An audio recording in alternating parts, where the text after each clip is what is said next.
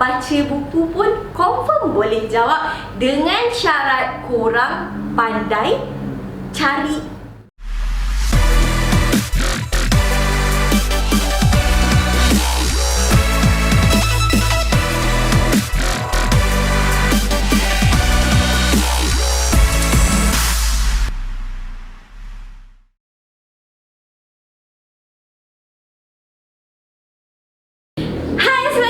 Berjumpa lagi di dalam e-tuition bersama siapa? Bersama Madam Siti. So korang, hai siapa yang dah masuk, boleh say hi to Madam Siti dekat live chat, boleh tulis dekat komen, boleh tolong like video ni, tolong share kat semua kawan-kawan. Kenapa? Sebab hari ni Madam Siti akan bocorkan soalan ramalan untuk sains SPM. Betul ke ada ramalan? Percaya ke kita dengan soalan bocor? Apa-apa pun, tunggu dalam video hari ni. Kita akan tengok tajuk ataupun topik-topik yang famous dalam SPM. So, untuk siapa yang dah masuk, thank you for watching, thank you for joining e-tuition. Untuk siapa yang first time join e-tuition, hello, I'm Madam Siti. So, hari ni sebelum kita mulakan kita punya pengkupasan sebelum kita mengupas lebih lanjut tentang SPM punya soalan-soalan, topik-topik yang hangat ni. So, make sure korang setting video resolution 1080 HD. Make sure korang pakai earphone supaya suara-suara di sekeliling tak mengganggu kita. Dan make sure brightness phone full, dan last sekali make sure phone fully charge. Tapi make sure jangan charge phone sambil tengok live ni. Kenapa? Kita takut tiba-tiba bateri korang overcharge, overheat dan boom, meletup. Okay, so welcome. Kita tunggu kawan-kawan masuk. Dan siapa-siapa dah share dekat kawan-kawan korang. Jangan lupa tekan button like. Jangan lupa dekat description, yang itu adalah rahsianya. Dekat description saya dah letakkan satu bahan. Dekat dalam bahan tu apakah dia? Cuba download dulu dan korang tengok apakah dia. Okay, saya tak nak bagi tahu, saya just nak bagi tahu dekat description ada satu bahan yang penting untuk sains SPM. So, sebelum kita mulakan, saya nak tanya, how was you guys? Okay ke tidak? Dah ready ke nak study SPM Science? Nak study Science macam mana? Korang dah lepas 3 paper kan? BM, BI dan juga sejarah. Tercidukkah anda? Okay ke? Feeling great ke? So satu nasihat daripada saya, sebab saya dengar ramai yang agak terciduk dengan soalan-soalan BM lah, kata kena scam lah dengan sejarah kan, JWW Birch lah, berparti, dua sejoli tak apalah kan. So ramai yang terciduk. Nasihat sikit-sikit je kata-kata daripada Madam Siti. Yang dah lepas biarkan dilepas. And I believe korang dah buat yang terbaik. Betul ke tidak?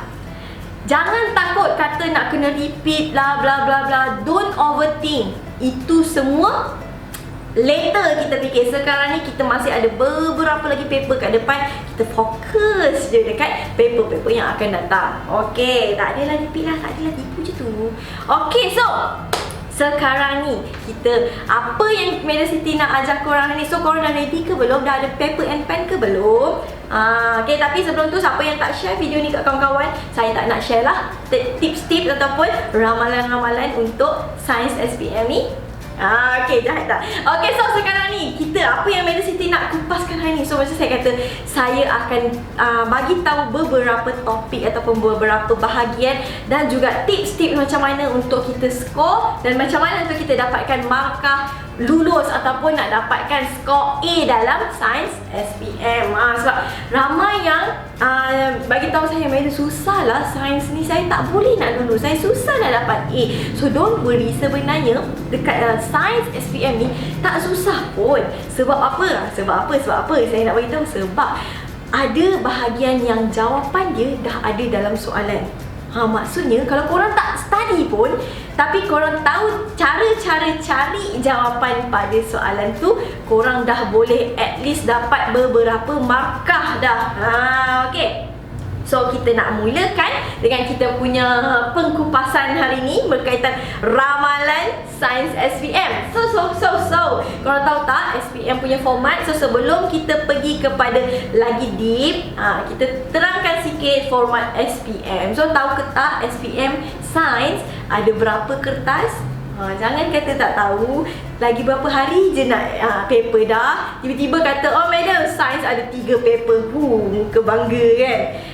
Takut.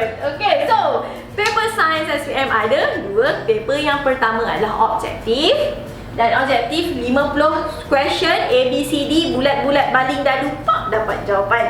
Okay, 50 question, 50 markah. Dan paper tu ada 3 bahagian, A, B, C. Bahagian A 4 soalan, jawab semua, dapat 20 markah. Dekat situ ada 20 markah. Bahagian B 5 question, dan dekat situ ada 30 markah, jawab semua juga. So ada 9 soalan yang dah wajib jawab. Bahagian C ada 3 soalan, 1 wajib, 2 lagi tu pilih salah satu.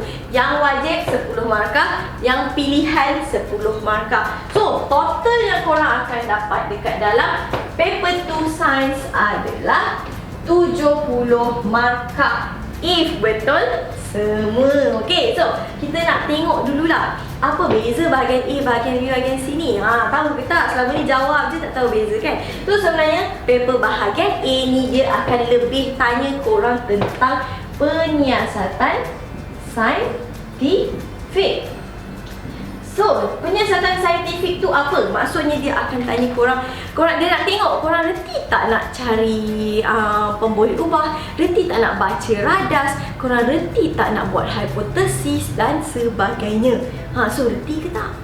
Kalau reti, this is for you. Bahagian A paper 2. Bahagian A paper 2 ni saya sangat suka. Kenapa? Sebab macam saya kata, jawapan pada soalan.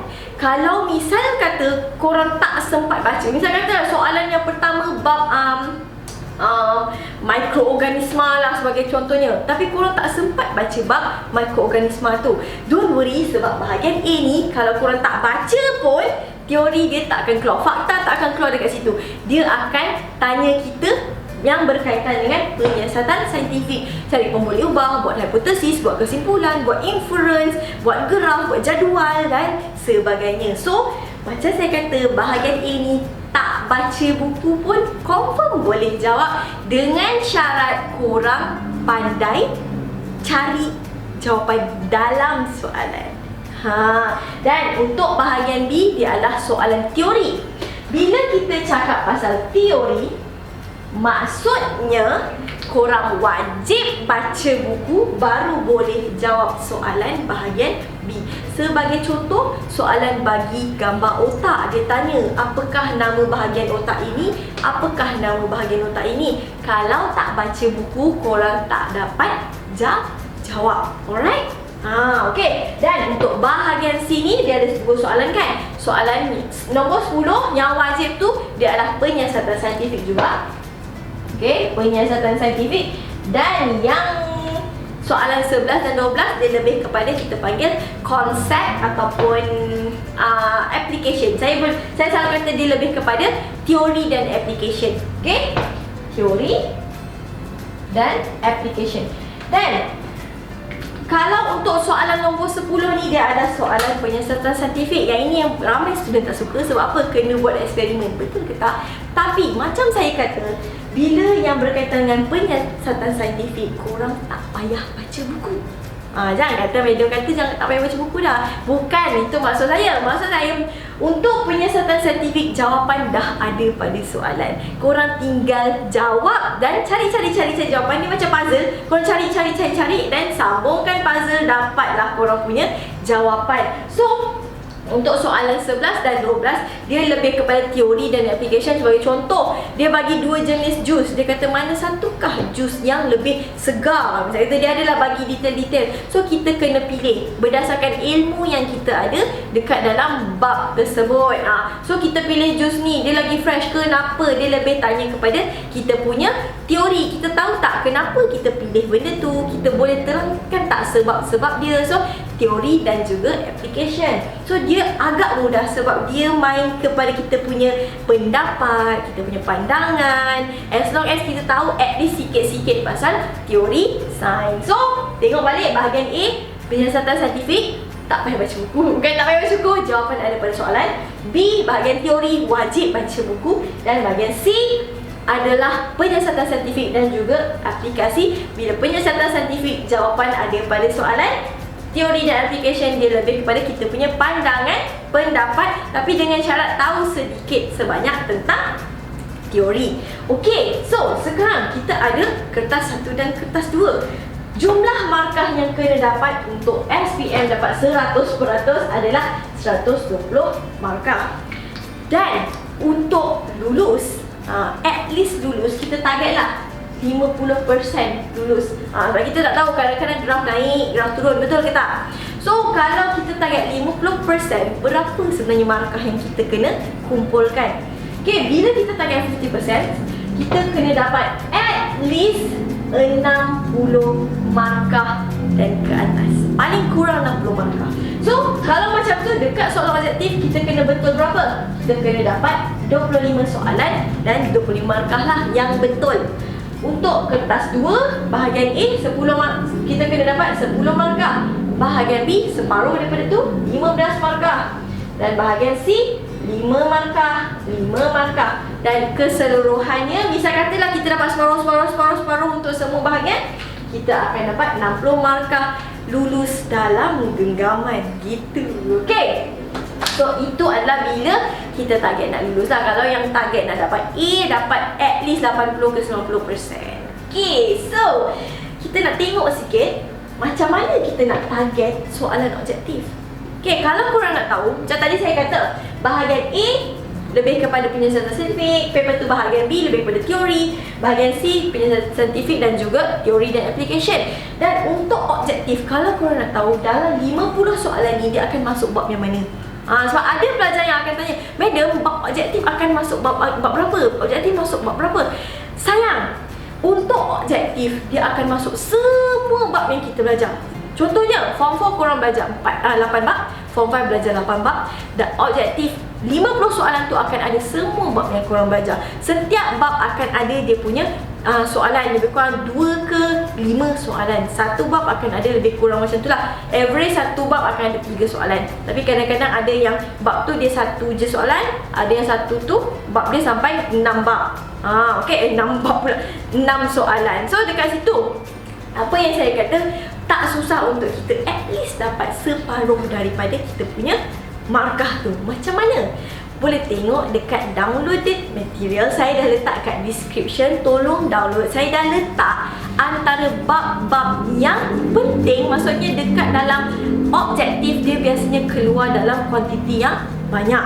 Dia selalu keluar. So keluar dalam, kadang-kadang dia keluar dalam kuantiti 5. Satu bab tu keluar 5 soalan, kadang-kadang 4 soalan. So which is saya dah listkan untuk objektif beberapa bab dalam 6 bab yang korang kena fokus lebih. Saya bukan kata baca yang tu je, okey. Fokus lebih dekat bab-bab yang saya dah listkan. Sebagai contoh, jirim dan bahan, bab gerakan, koordinasi badan, keturunan dan variasi, cahaya, warna dan penglihatan, dan juga sebatian karbon. So bab-bab yang saya sebutkan ni tadi, dia antara soalan-soalan yang bukan bab-bab yang famous dekat dalam soalan objektif.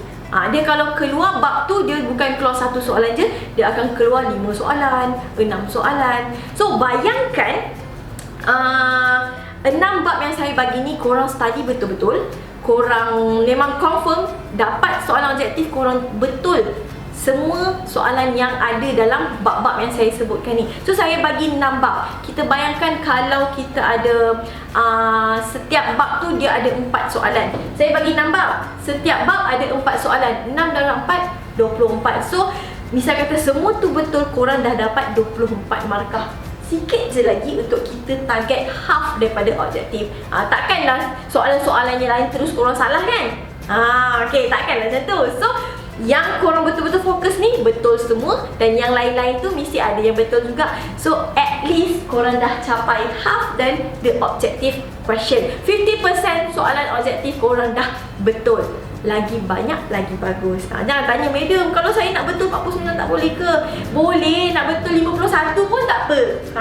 Okay. So dapatkan sebanyak markah yang boleh, dan minimum yang kena dapat adalah 25 markah. 25 soalan. Study semua bab-bab yang saya dah bagi tu. Macam saya kata, itu adalah yang famous dekat dalam soalan objektif. Satu bab akan keluar dalam 3 ke 5 soalan. Boleh jadi up to 6 soalan. So bayangkan kalau korang misal kata memang study betul-betul jirim dan bahan, keluar 6 soalan objektif, korang betul 6-6, dah dapat 6 markah.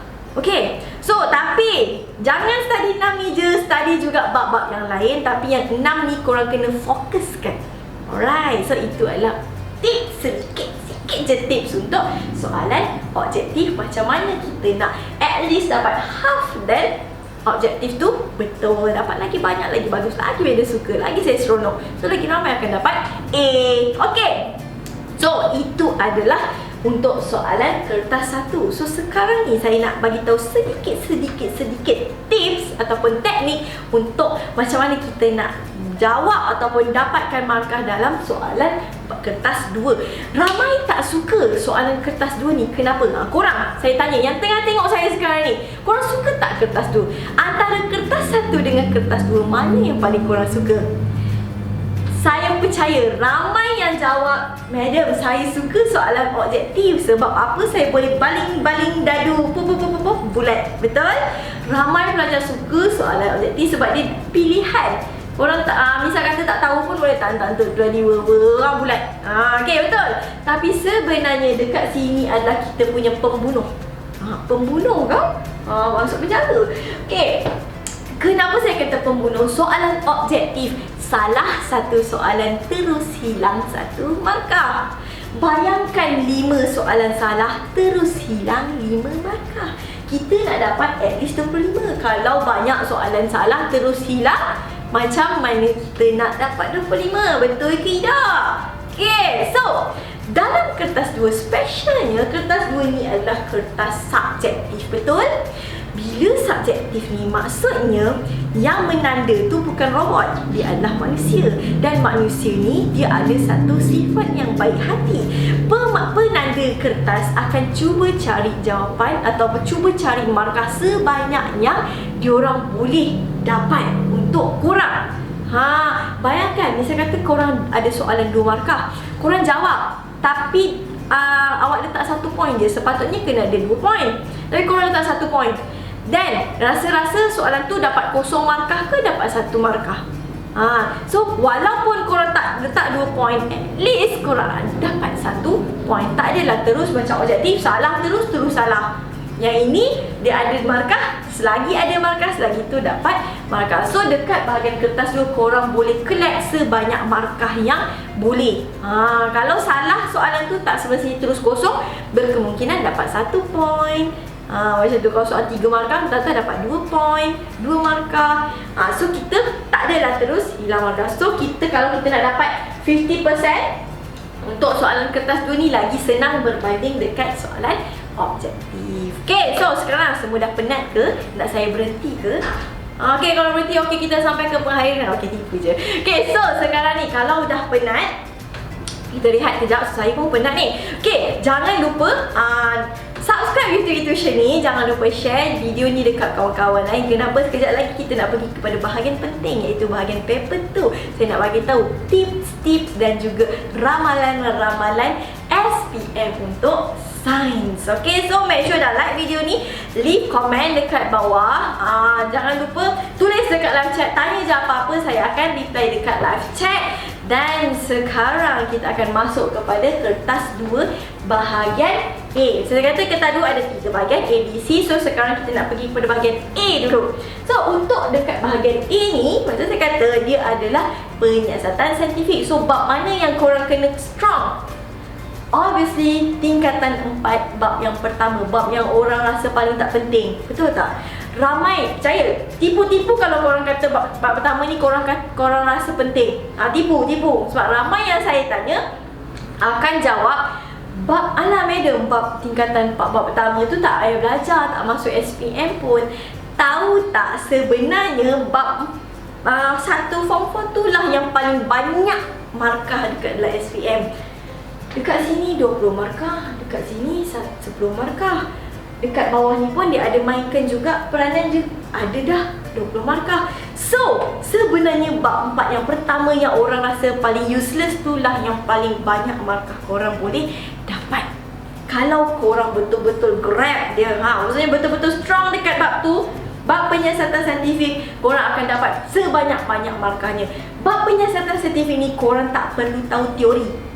Dalam soalan bahagian A, korang tak perlu tahu, oh otak ada 3 bahagian. Ini bahagian nama dia cerebrum, untuk apa? Ini bahagian dia cerebrum, untuk apa? Korang tak perlu tahu. Apa yang korang kena tahu ialah macam mana nak buat eksperimen, macam mana cari pembalik ubah, macam mana buat hipotesis dan sebagainya. Okay, so untuk dekat bahagian A ni, korang biasa tak tengok ni soalan kertas 2 ni.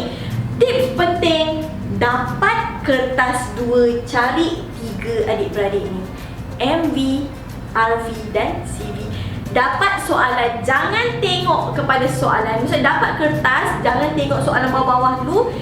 Baca soalan, cari 3 beradik, MV, RV dan CV. Untuk yang tak tahu MV ni apa, pemboleh ubah dimanipulasi ataupun manipulated variable. RV adalah responding variable ataupun pemboleh ubah bergerak balas. CV adalah constant variable, pemboleh ubah dimalarkan. Dapat soalan, terus cari MV, RV dan juga CV. Macam mana? So misal kata kita ada soalan kan, daripada pernyataan soalan tu, korang dapat soalan, dekat atas tu tulis seorang budak lelaki melakukan eksperimen untuk mengkaji hubungan bla bla bla bla bla. Dekat atas tu mesti ada karangan dia kan. Ramai yang malas nak baca, tapi sebenarnya korang tahu tak, dekat situlah ada jawapan. Saya dah kata tadi, bahagian A kertas 2, jawapan pada soalan kita nak cari. So dekat pernyataan soalan, dekat ayat panjang-panjang yang korang malas nak baca tu, sebenarnya ada jawapan dekat situ.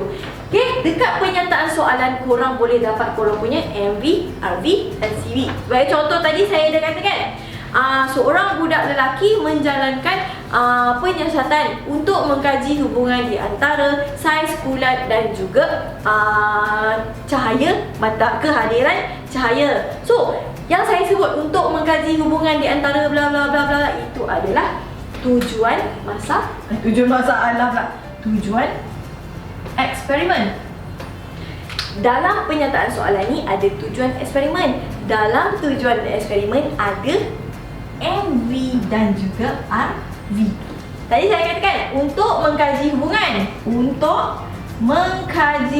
saya tulis short form hubungan di antara bla bla bla dengan bla bla bla. Alright, so untuk mengkaji hubungan di antara bla bla bla dengan bla bla bla ini adalah biasanya akan ada pada pernyataan soalan, dan ini kita panggil sebenarnya sebagai dia punya tujuan eksperimen. Dan dalam tujuan eksperimen ni kita boleh cari MV dan juga RV. Boleh jadi ini RV, ini MV, terbalik boleh jadi. Okay, so tahu tak tahu sebenarnya, macam saya kata dapat soalan kita kena cari 3 beradik ni. Daripada ayat panjang-panjang karangan tadi tu, sebenarnya korang dah dapat dah 2 orang. Tinggal cari seorang je lagi. Okay, so sebenarnya dalam pernyataan soalan ada tujuan eksperimen. Dalam tujuan eksperimen korang boleh cari korang punya MV dan juga RV.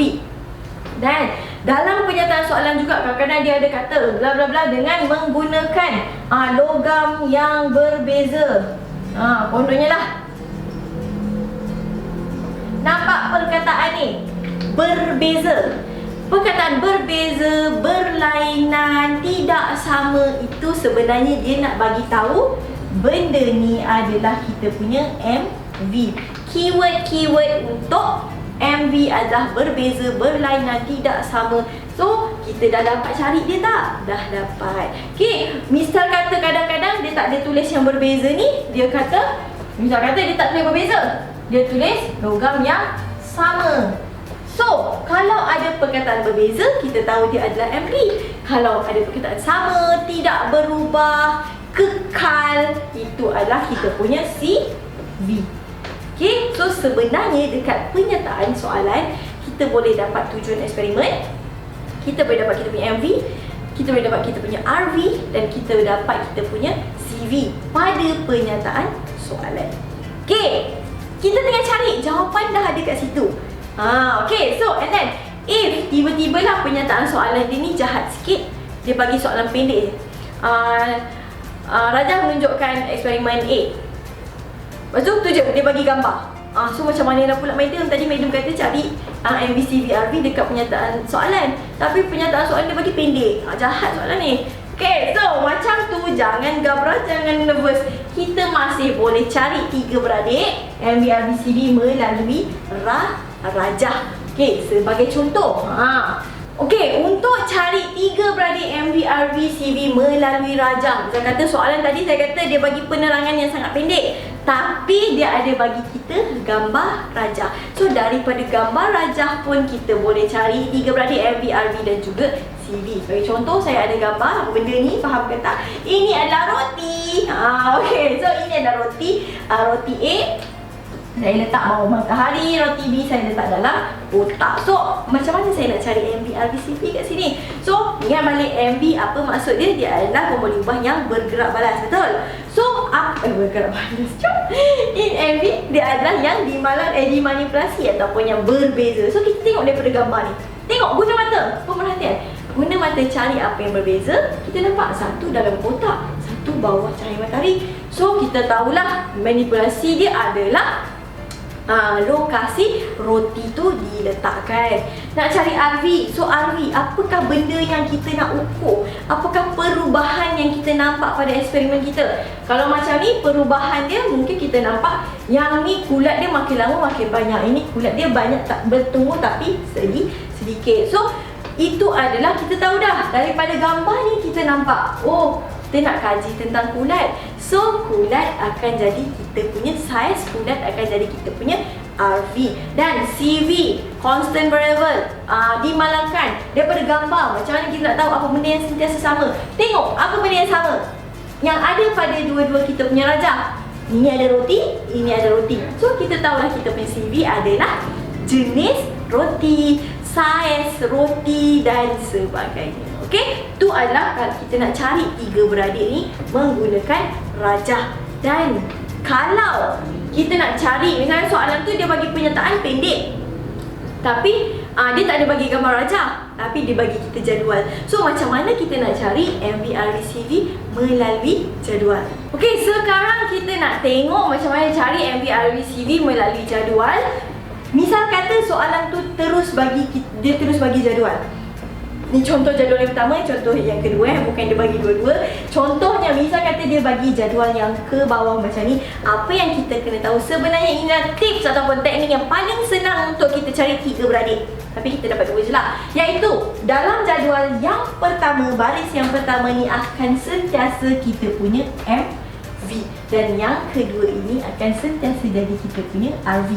Misal kata dia ada banyak lagi lepas ni, itu akan jadi RV. Okay, yang pertama sentiasa MV, yang kedua sentiasa RV. Sama juga kalau kita punya jadual yang memanjang ke sana. Yang pertama ni akan sentiasa jadi saya punya MV, dan yang bawah sentiasa jadi saya punya RV.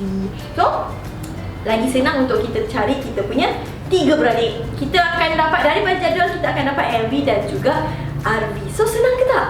So, kalau bagi saya, yang paling saya suka untuk cari MV, RV, CV, saya akan cari melalui jadual. Sebab straight to the point. Ini adalah saya punya MV, ini adalah saya punya RV. Sama juga kalau soalan bagi kita, dia tak bagi jadual tapi dia bagi kita graf. Sebagai contoh, dia bagi kita graf. Dalam graf yang melintang sentiasa kita punya MV, dan yang menegak sentiasa kita punya RV. Ingat tu. Alright, so misal kata bila kita dapat soalan, dia bagi kita graf, dan tiba-tiba soalan ada tanya, apakah pemboleh ubah dimanipulasi. So mana nak cari? Kita tengok yang bawah ni, apa benda yang bertulis dekat sini? Salin semua. Salin semua. Tak payah kata nak madam unit nak kena tulis ke tak? Kalau tulis unit salah ke betul? Salin semua sayang. Salin je semua. Jangan takut, salin je. Alright, itu adalah daripada graf. So antara pernyataan soalan, rajah, jadual ataupun graf, yang paling senang untuk kita cari MV dan RV kita adalah jadual ataupun graf. Daripada rajah, Senang juga, tapi yang paling senang, the very direct, which is korang tinggal salin whatever yang ada dalam jadual ataupun yang ada pada korang punya graph. So, itu adalah yang first kali korang kena buat bila korang dapat kertas soalan science paper tu. Jangan baca soalan bawah-bawah tu, baca dulu pernyataan masalah dan cari 3 benda. Cari 3 beradik MV, RV dan juga CV. Kenapa? Siapa boleh bagi tahu saya kenapa Madam Siti suruh cari MV, RV dan juga CV? Okay, so kenapa kita kena cari 3 beradik MV, RV, CV bila kita dah dapat kertas 2? Sebabnya kebiasaannya dalam kertas 2 bahagian A, dia akan minta kita ini benda-bendanya. Dia suruh kita buat hipotesis, dia suruh buat inference, kesimpulan, definisi secara operasi, lukis graf, meramal, baca radas, buat tujuan eksperimen dan sebagainya. So daripada 3 beradik ni, korang terus boleh dapat ke semua ni. Maksudnya dari 3 ni korang boleh dapat jawab soalan. Kalau tiba-tiba dia suruh cari kesimpulan, korang dah ada 3 ni, terus boleh buat kesimpulan. Ada 3 ni, terus buat definisi secara operasi dan sebagainya. So, kita tengok macam mana, apa kaitan MV dan RV dalam buat hipotesis. So, hipotesis tu apa sayang? So, hipotesis ni kadang-kadang kalau ada soalan kan, dia jahat sikit. Dia tak tanya hipotesis, dia tanya apakah hubungan di antara bla bla bla bla bla bla.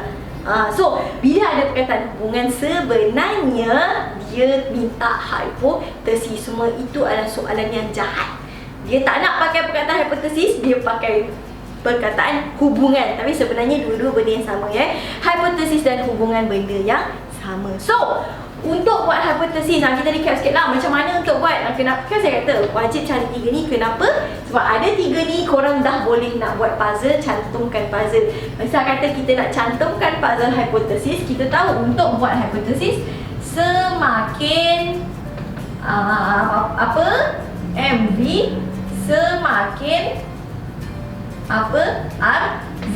Apa tu adalah meningkat ataupun menurun. So semakin meningkat MV, semakin meningkat RV sebagai contoh lah. So bila kita dah cari ini, kita tinggal masukkan kita punya MV, tinggal masukkan kita punya RV dan lengkapkan kita punya ayat. Terus dapat hipotesis. Sama juga kalau cara kedua, ini cara pertama untuk buat hipotesis. Cara kedua kita pakai jika MV maka RV. So masukkan je puzzle tadi. Masuk kat sini MV, masuk kat sini RV. Kita gabungkan jika MV maka RV. Terus kita dapat hipotesis ataupun hubungan. 1 markah. Senang-senang. Kena baca buku tak? Kena ingat teori tak? Tak payah, sebab jawapan dah ada pada soalan. Senang ke hidup? Itu hipotesis. Kalau inference pula, madam inference pula nak buat macam mana? Dia tanya kan. So inference, puzzle mana pula kita nak pakai? So untuk buat inference, korang kena letakkan RV ataupun pemerhatian. RV dengan pemerhatian basically benda yang sama Inference ni adalah sebab. So RV ataupun pemerhatian, kalau sebab kena ada perkataan kerana.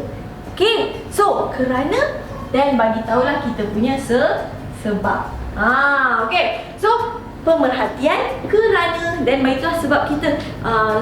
Misal katalah bahan kimia A bercampur dengan metal ni, lepas dia bercampur dia jadi warna hitam kerana tindak balas yang berlaku antara bahan kimia dan juga logam sebagai contohnya lah. So terangkan sebab dia ikut pada kita punya eksperimen. Kenapa dia jadi. So kita bermain dekat situ je. So bila kita ada RV, kita ataupun RV dengan pemerhatian sama. Bila kita ada RV, kita boleh lengkapkan puzzle inference. RV kerana dan bagi tahulah sebab dia kenapa. Sebab tu pun kita kena refer pada kita punya eksperimen.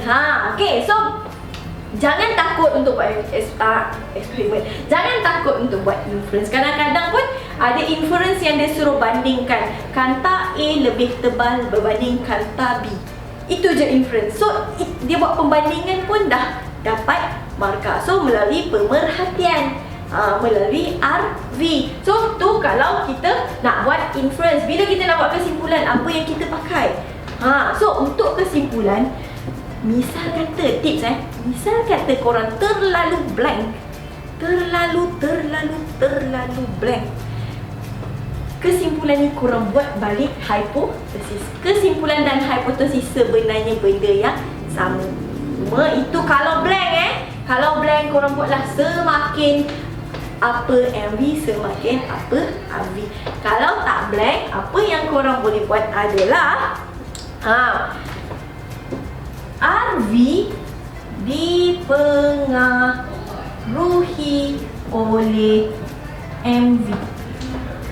RV dipengaruhi oleh MV. Masukkan puzzle, dapat kesimpulan. Ini kalau korang tak blank. Kalau blank, kesimpulan korang tulis balik hipotesis. Jangan tinggal kosong. Okay, so far korang boleh dapat jawab ke tak? Siapa yang baru masuk, jangan lupa tekan like video ni. Jangan lupa share video ni dekat kawan-kawan korang. Okay, so apa lagi? Kita nak tengok mendefinisi secara operasi. Reti ke tidak nak buat mendefinisi secara operasi? Ini adalah apa yang paling ramai tak reti buat. Betul ke tak? Siapa suka mendefinisi secara operasi ni? So untuk buat ni pun sebenarnya senang. Kita just guna dari sini je. Kenapa? So misal kata kita ada soalan. So cara jawab dia, ini adalah soalannya, ialah cara jawab RV. Soalan ni maksudnya sebagai contoh, misal kata soalan tu tanya berikan definisi secara operasi untuk kereaktifan logam sebagai contoh. So kita dah cari dah MV, RVCB. Soalan tanya definisi secara operasi dia. So dia nak cari definisi secara operasi untuk kereaktifan logam. Betul? Kereaktifan logam tu adalah, kita letak pada soalan, kereaktifan logam ialah RV. Masukkan RV kita dekat sini, terus dapat definisi secara operasi. Yang korang takut-takut tu sebenarnya pakai RV je sayang. Yang korang tinggalkan kosong, sebenarnya korang hanya tinggal perlu letak RV je. Sebagai contoh, soalan tanya apakah definisi secara operasi untuk mikroorganisma. So mikroorganisma ialah letak RV kita, terus dapat 1 markah. Senang tak senang? Dan dekat soalan kertas 2 bahagian ini ada juga disuruh kita buat graf. So apa yang kita kena buat, apa yang penting bila buat graf, make sure untuk buat graf tu tadi saya tunjuk lah, kena ada paksi. Dan paksi yang bawah ni adalah sentiasa kita punya MV. Yang menegak adalah kita punya RV. Make sure lukis ada point, gariskan, sambungkan titik ke titik. So itu adalah untuk buat graf. Dan meramal, certain soalan dia dah suruh kita lukis graf ataupun dia dah bagi graf. Dia tanya ramalkan apa akan jadi apabila bla bla bla bla. Misal kata kita punya graf ni dia ada sampai kononnya lah 8 hari. Soalan suruh ramalkan hari yang ke-10. Apa yang kena buat? Korang pergi dekat graf, cari hari 10, pakai pembaris.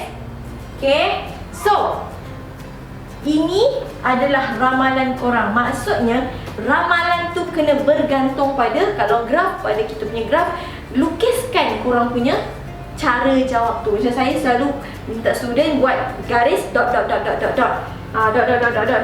Itu adalah ramalan saya. Kalau dalam jadual, kalau korang tengok jadual dia makin meningkat ke makin menurun. So ramalan korang adalah bergantung pada soalan, bergantung pada jadual ataupun graf tu kalau soalan meramal. So kalau dalam graf, make sure buat, lukiskan garis dot ramalan korang tu dekat situ biasanya akan ada markah 1. And then untuk soalan bahagian ini juga dia suka kita baca radas. Dia suka suruh kita baca radas. Sebagai contoh, dia bagi voltmeter, dia suruh kita baca. Misal kata soalan untuk baca radas, so dia suruh kita baca radas. Korang rasa korang kena ke baca buku? Maksudnya untuk baca radas korang kena tahu teori ke?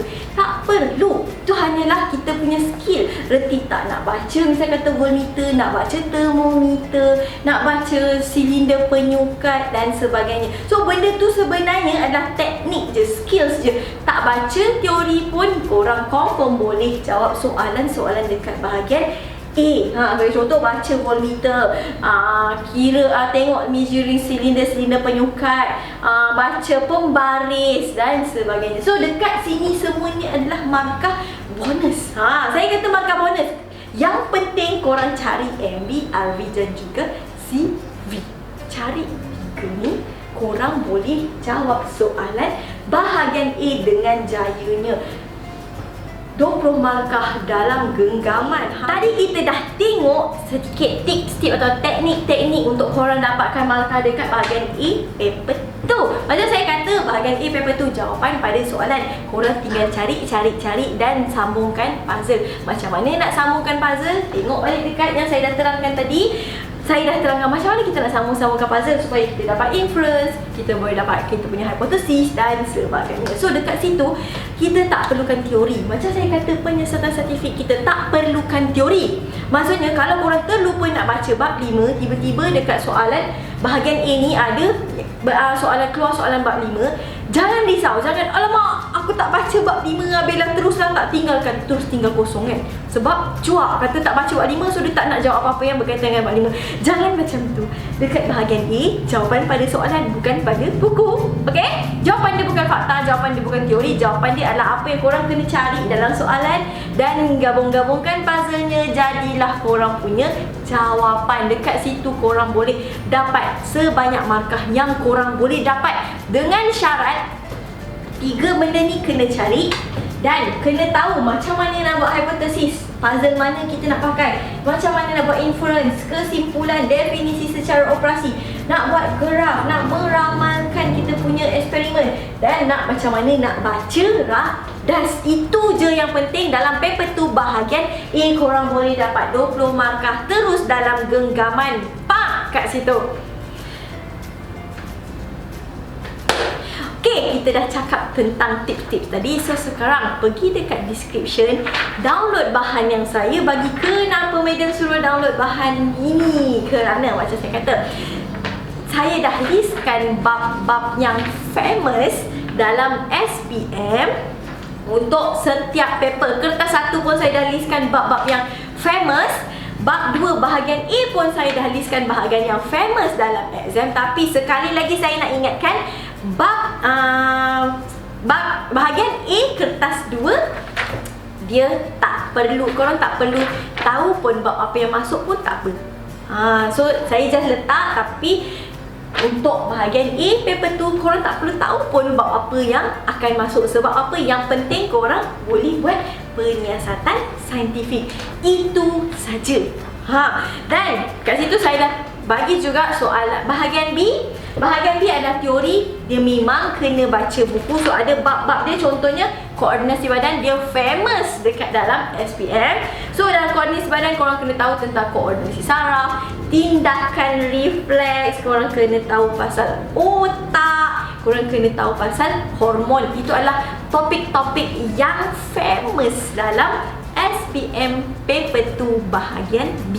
Jangan kata Madam tak bagi tahu, Madam dah bagi tahu. Tapi jangan kata Madam bocorkan soalan, Madam hanya bagi tahu masuk ke tak masuk. Kita doa je lah. Gitu. Okay, and then dalam bahagian B juga, tingkatan 5 bab 4 sebatian karbon juga adalah benda yang famous juga. So, macam saya kata, bahagian B ni adalah korang kena baca buku. So, saya dah listkan apa bab-bab yang penting dan subtopik mana yang korang kena emphasize lebih. Baca betul-betul. Jangan kata korang, saya listkan kat sini ada 5 bab, korang baca 5 bab ni, bab lain korang tak nak baca. Tolong jangan macam tu sayang. Fokus dekat bab yang saya dah listkan ni. Yang lain tu tolonglah baca juga. Tiba-tiba yang kali ni dia tak nak keluar apa yang saya listkan, dia keluar yang lain yang terciduk korang sekarang. Jadilah sejarah hitam JWW Bush. Okay. So and then dalam sebatian karbon, apa yang benda yang korang kena ingat balik dalam tu pasal lemak. So make sure kena tahu apakah lemak. Lemak tepu, lemak tak tepu, macam mana tepu jadi tak tepu, terbalik, tak tepu jadi tepu. And then korang kena tahu juga tentang sebatian karbon, alkohol, polimer, natural polymer, dan juga saponification, pembuatan sabun. So itu adalah antara tajuk-tajuk famous dalam sebatian karbon dekat bahagian B. Yang saya listkan ni, saya remind balik, dia adalah tajuk-tajuk yang famous dalam SPM. Okay, and then tingkatan 5, bab 7, bahan pembuatan dalam industri. Itu juga adalah yang agak famous, iaitu polimer sintetik dan juga plastik. Dia suka keluar dekat bahagian teori. Maksudnya kena baca pasal plastik, termoplastik, termoset, kena baca. Kalau keluar dekat bahagian teori, bahagian B, korang boleh jawab. Tak baca, korang tak boleh jawab. Okay, and then tenaga nuklear pun antara yang suka keluar dekat bahagian teori, bahan radioaktif, macam mana nak menghasilkan tenaga nuklear. Dan satu lagi bab yang penting dekat teori, dekat bahagian D, pemeliharaan dan pemulihan alam sekitar. So pasal keseimbangan keseimbangan alam. So saya dah listkan beberapa topik ni yang famous dalam paper SPM. Make sure korang study bab-bab yang saya dah listkan. Tapi jangan hanya study pada bab tu, study juga dekat bab-bab yang lain. Okay, and then dekat bahan saya juga, saya ada bagi list untuk bahagian C, soalan 10. Soalan 10, kita tengok balik, dia adalah soalan penyiasatan saintifik. Macam mana nak buat eksperimen. Okay, so ini pun menjadi masalah untuk kebanyakan pelajar. Betul tak? Korang reti tak? Boleh tak saya tanya, siapa yang kat sini memang reti jawab soalan nombor 10 dapat full mark? Okay, ramai, ini saya kata memang ramai pelajar lemah soalan nombor 10. Sebab apa? Madam, saya tak reti nak buat eksperimen. Honey, wake up. Macam saya kata, soalan nombor 10 adalah penyiasatan saintifik. Misal kata korang tak baca buku, tapi korang masih kuat penyiasatan saintifik punya chapter, korang boleh jawab soalan nombor 10. Misal kata tak dapat 10 markah pun, at least dapat 8 markah. Itu tak study dapat 8 markah kalau study. Sebab bila penyiasatan saintifik, jawapan pada soalan kita tinggal connecting the puzzle macam yang saya dah terangkan tadi. Alright, so and then dekat soalan 11 dan 12, macam untuk soalan 10 pun saya dah listkan topik-topik yang biasanya famous. Dan untuk bab ni, macam saya kata, ini adalah bab yang ramai tak reti. Betul? Korang nak tak kalau saya buat video khas untuk cara menjawab soalan bahagian C, soalan nombor 10? Nak ke tak? Kalau nak, tolong tulis dekat komen nak. Kalau tak nak, cakap madam saya dah pandai. Siapa tulis madam saya dah pandai, maksudnya korang tak nak saya buat video untuk soalan nombor 10. Kalau korang kata nak, maksudnya saya akan buat video chapter soalan nombor 10 untuk korang. Kalau ramai nak saya buat, kalau tak ramai nak buat apa nak buat kan? Basi boreh je. Okay, and then dekat bahan yang saya dah letak dekat description juga ada topik-topik yang saya keluar soalan nombor 11 dan juga 12. Soalan 11 dan 12 ni pilihan ya anak-anak. Boleh jawab nombor 11, boleh jawab nombor 12. Tapi if korang ada masa lebih, tolong jawab dua-dua.